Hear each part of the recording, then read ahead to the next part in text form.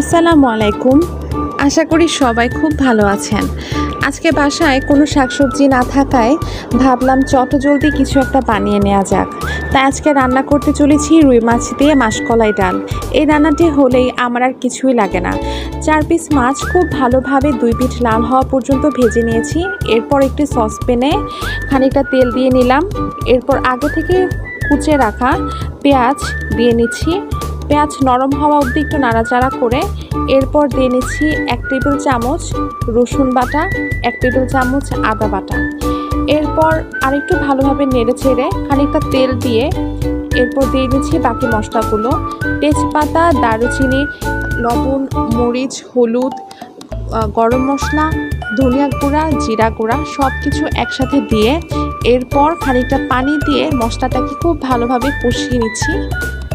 মশলাটা খুব ভালোভাবে কষিয়ে নেওয়ার পর আগে থেকে মাসকলাই ডাল খানিকটা পানি দিয়ে গুলিয়ে রেখেছিলাম, এটি এখন দিয়ে নিচ্ছি।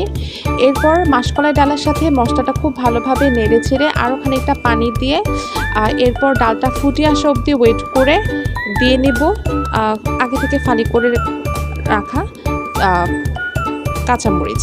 এরপর আরও খানিকটা পানি দিয়ে এটাকে ভালোভাবে ফুটে আসলে এরপর একে একে দিয়ে নিচ্ছি ভেজে রাখা মাছগুলো এবং সেই সাথে ভাজা জিরা গুঁড়ো দিয়ে নিচ্ছি। এরপর খানিকটা লবণ আরও দরকার হয়েছিল সেটা দিয়ে এরপর নেড়েচেড়ে এই তো হয়ে গেল মাসকলাই ডাল।